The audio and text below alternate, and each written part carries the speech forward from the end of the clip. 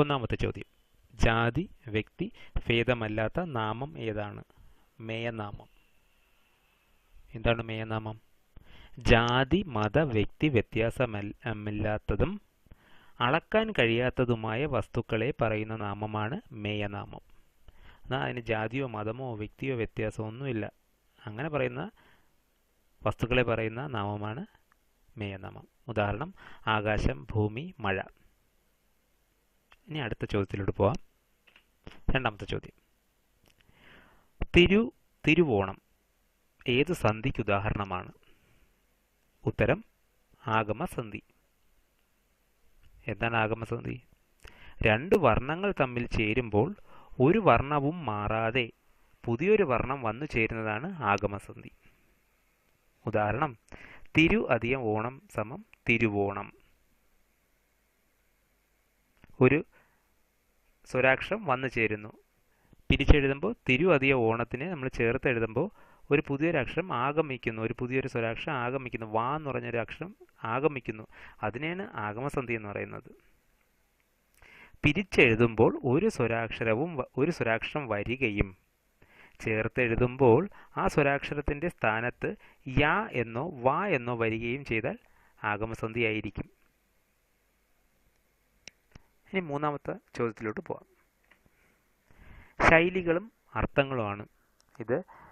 മലയാള ചോദ്യങ്ങൾ വരുമ്പോൾ അതിൽ കാണുന്ന ഒരു ചോദ്യങ്ങളാണ് ശൈലികളും അർത്ഥങ്ങളും. സ്ഥിരം ചോദിക്കാറുള്ളതാണ്.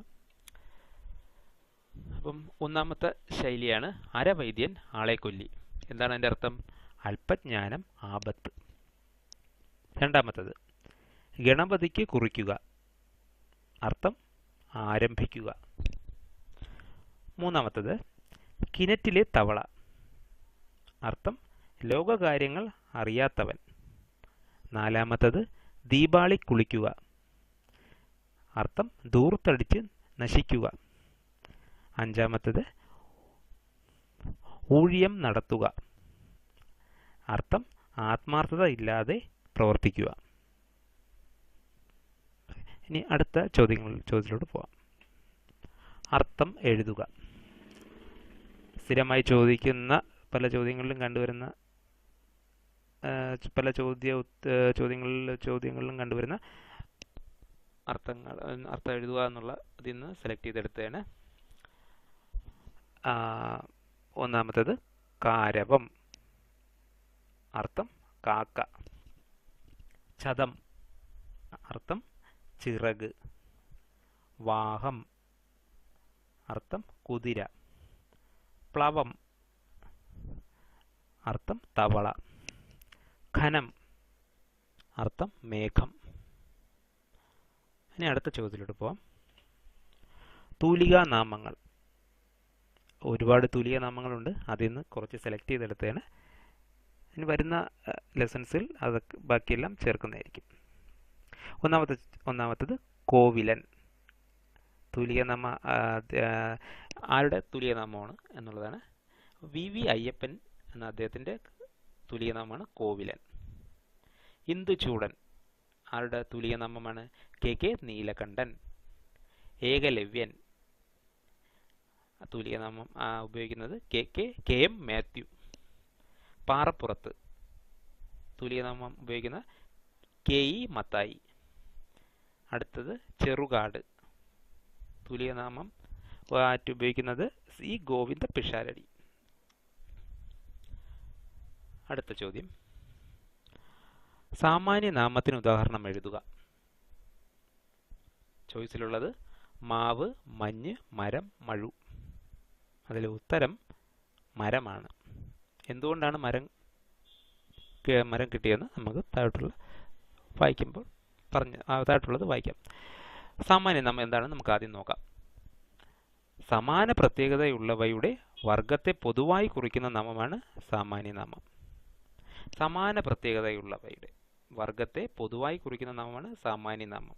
ഈ സാമാന്യനാമം പഠിക്കുമ്പോൾ തന്നെ അതിൻ്റെ കൂടെ മറ്റൊരു നാമവും കൂടെ ഉണ്ട്, സംജ്ഞാനാമം. അതും കൂടെ പഠിച്ചു കഴിഞ്ഞാൽ നമുക്കിത് രണ്ടും മറന്നു പോകാതിരിക്കാൻ എളുപ്പമായിരിക്കും. അപ്പോൾ അതിൻ്റെ കൂടെ പഠിക്കേണ്ടതാണ് സംജ്ഞാനാമവും. എന്നിട്ട് ഇത് രണ്ടും തമ്മിലുള്ള വ്യത്യാസം നമുക്ക് മനസ്സിലായി കഴിഞ്ഞു കഴിഞ്ഞാൽ ഇതൊരിക്കലും മറന്നു പോകാൻ ചാൻസ് ഇല്ല.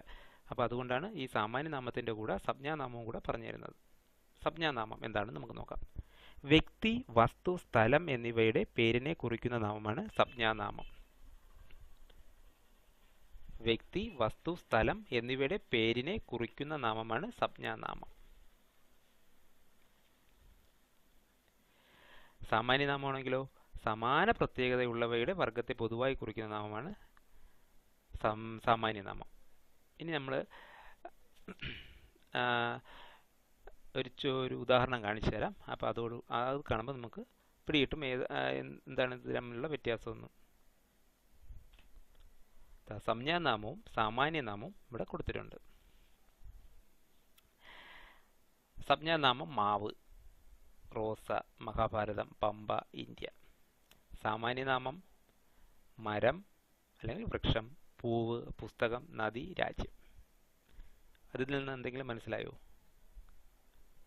ഇതൊന്ന് മനസ്സിലാകാനുള്ളത് സാമാന്യനാമം എന്ന് പറഞ്ഞ് സംജ്ഞാനാമം എന്ന് പറഞ്ഞു കഴിഞ്ഞാൽ വ്യക്തി, വസ്തു, സ്ഥലം എന്നിവയുടെ പേരിനെ കുറിക്കുന്ന നാമമാണ് സംജ്ഞാനാമം. അതായത് മാവ്, റോസ, മഹാഭാരതം, പമ്പ, ഇന്ത്യ. അങ്ങനെ വ്യക്തി, വസ്തു, സ്ഥലം അല്ലെങ്കിൽ ഒരു പൂവ്, അങ്ങനെയൊക്കെ ഉള്ള ഒരു പൂവിൻ്റെ പേര് അങ്ങനെയൊക്കെ ഉള്ളതാണ്. സാമാന്യനാമം എന്ന് പറഞ്ഞാലോ സമാന പ്രത്യേകതയുള്ളവയുടെ വർഗത്തെ പൊതുവായി കുറിക്കുന്ന നാമമാണ് സാമാന്യനാമം. അതായത് ഈ മാവിനെ നമ്മൾ എന്ത് പറയും? മരം അല്ലെങ്കിൽ വൃക്ഷം, ആ ഒരു ഗണത്തിൽ കൂട്ടും. റോസയെ പൂവെന്ന് കൂട്ടും.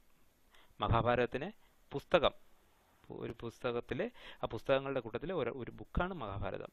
അതേപോലെ പമ്പ എന്ന് പറഞ്ഞാൽ നദി, നദികളിൽ ഒരെണ്ണമാണ് പമ്പ. ഇന്ത്യ രാജ്യം, കുറേ രാജ്യങ്ങളിൽ ഒരെണ്ണമാണ് ഇന്ത്യ. അപ്പോൾ ഇത് രണ്ടും പിടികിട്ടിയോ? അങ്ങനെയാണ് ഇത് രണ്ടും മനസ്സിലാക്കേണ്ടത്. ഇനി അടുത്ത ചോദ്യത്തിലോട്ട് പോവാം.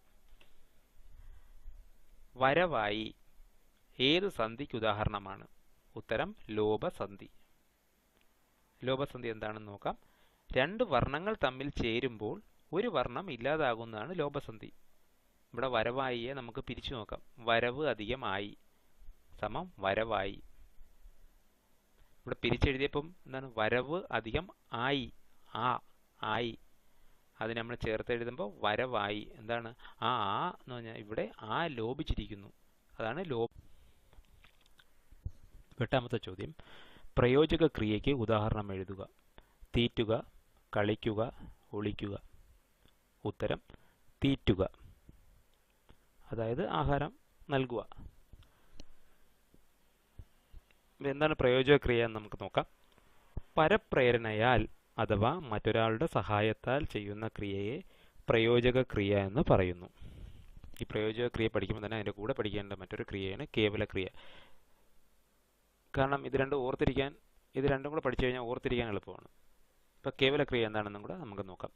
സ്വന്തമായി ചെയ്യുന്ന ക്രിയയെ കേവലക്രിയ എന്ന് പറയുന്നു. ഇപ്പം പ്രയോജക ക്രിയ എന്ന് പറഞ്ഞു കഴിഞ്ഞാൽ പരപ്രേരണയാൽ അഥവാ മറ്റൊരാളുടെ സഹായത്താൽ ചെയ്യുന്ന ക്രിയയാണ്. കേവലക്രിയയോ സ്വന്തമായി ചെയ്യുന്ന ക്രിയ. അപ്പം മനസ്സിലായി കാണും ചോദ്യത്തിന് ഉത്തരം. തീറ്റുക എങ്ങനെ കിട്ടിയെന്നത്. എന്താണ് പ്രയോജക ക്രിയ? പരപ്രേരണയാൽ മറ്റൊരാളുടെ സഹായത്താൽ ചെയ്യുന്നതാണ് തീറ്റുക. ഒരു കുഞ്ഞിനെ തീറ്റുക ഒക്കെ ചെയ്യുന്നത് പ്രയോജക ക്രിയയ്ക്ക് ഉദാഹരണമാണ്.